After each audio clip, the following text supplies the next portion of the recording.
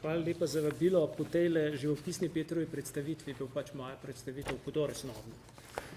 Ampak Peter je pač tak, kolikor ga jaz poznam in zato se tudi rad družim z njim.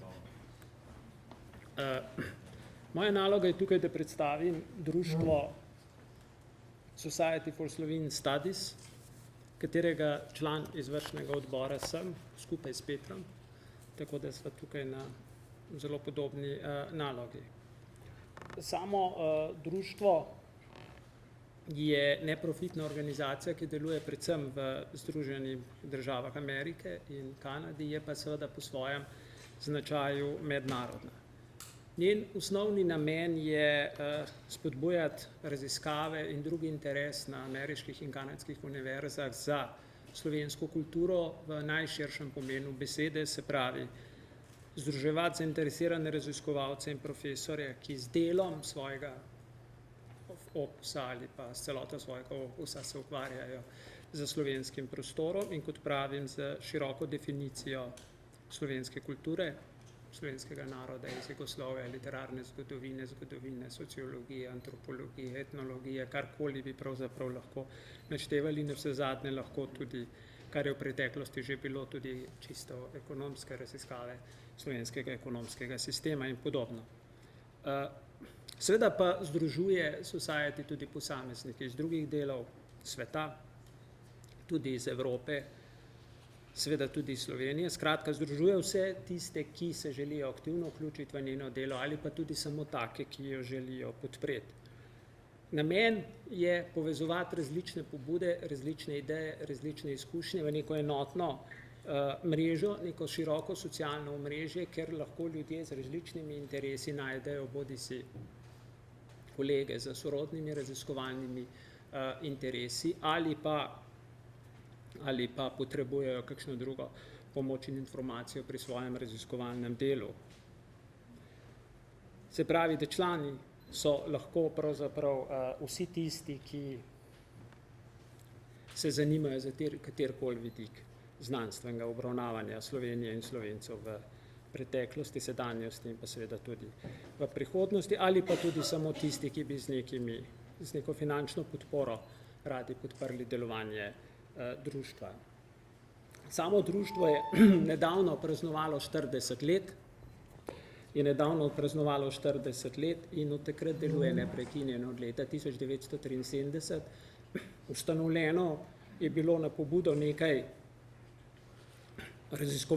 raziskovalcev, ki so bili zaposleni na ameriških univerzah slovenskega rodu in je najprej začelo delovati na univerzi Columbia v New Yorku, na njihovem inštitutu za vzhodno in centralno Evropo. Kasneje, potem se je uveljavila tradicija, da sedež društva prehaja skupaj z predsednikom na tisto ustanovo, ker je trenutni predsednik zaposlen in trenutno je sedež društva v zvezni državi Maine na Bowdoin Collegeu.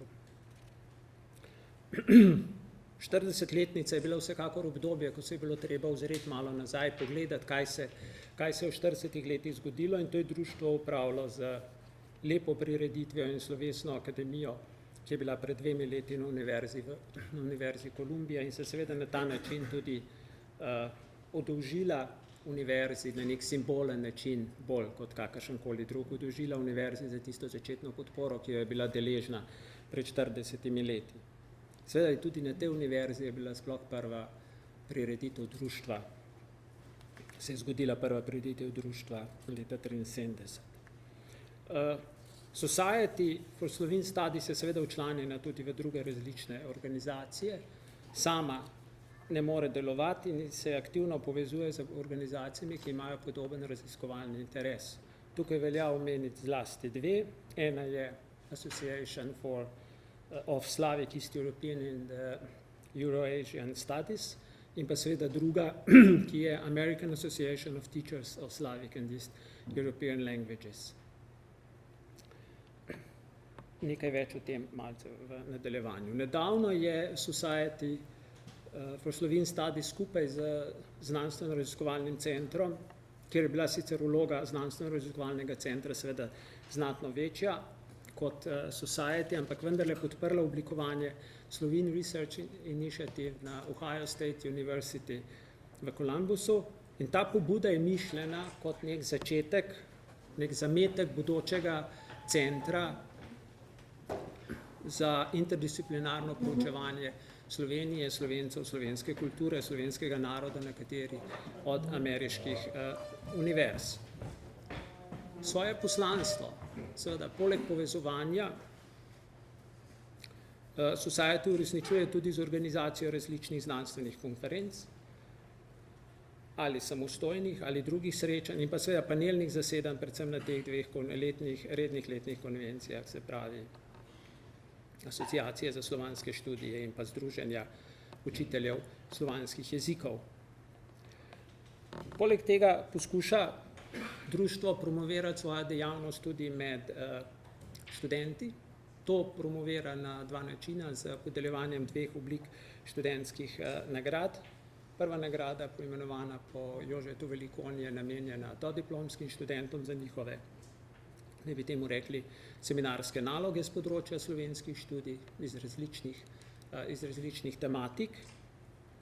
In Jože Velikonja, po katerem se imenuje, je seveda za svojim volilom in pa svojim delom kot ustanovni član zaslužen za delo Society in se mu je Society na ta način oddolžila s poimenovanjem po nagradi. Druga nagrada z imenom Rada Lenčka, prvega predsednika Society for Slovene Studies, pa je namenjena diplomskim nalogam, ravno tako z področja slovenske kulture, jezika, zgodovine, etnologije in tako naprej. Vsa ta podrobna navodila so navedena na spletni strani društva. Se upravičujem, ampak se me loteva nek prehlad. Kot vsako društvo, seveda mora tudi Society skrbeti za svoje, hvala lepa, mora tudi Society skrbeti za obveščanje članov in zato izdaja dve publikaciji. To sta Society for Slovene Studies Letter, mi bi temu rekli kot neke vrste društveni bilten, in drugo je Slovene Studies, strokovna revija. Letters, bilten je pravzaprav namenjen za informiranje članstva, prenaša informacije o dejavnosti društva, o dejavnosti posameznih članov, o njihovih objavah, udeležbah, o različnih dogodkih in pa seveda predvsem o napovedi dogodkov in pa z vsemi koristnimi informacijami, ki bi člane utegnili zanimati. Bilten je seveda dostopen, izhaja dvakrat letno in je dostopen na spletni strani društva.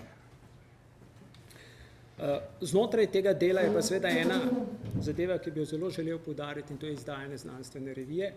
Ta revija izhaja od leta 1975 in ima letos 40-letno tradicijo. Ravno tako izhaja dvakrat letno. Revija želi biti stičišče nekih znanstvenih, tudi poljudno-znanstvenih prispevkov z področja slovenske literature in kulture na zelo širok način in vseh seveda drugih sorodnih disciplin.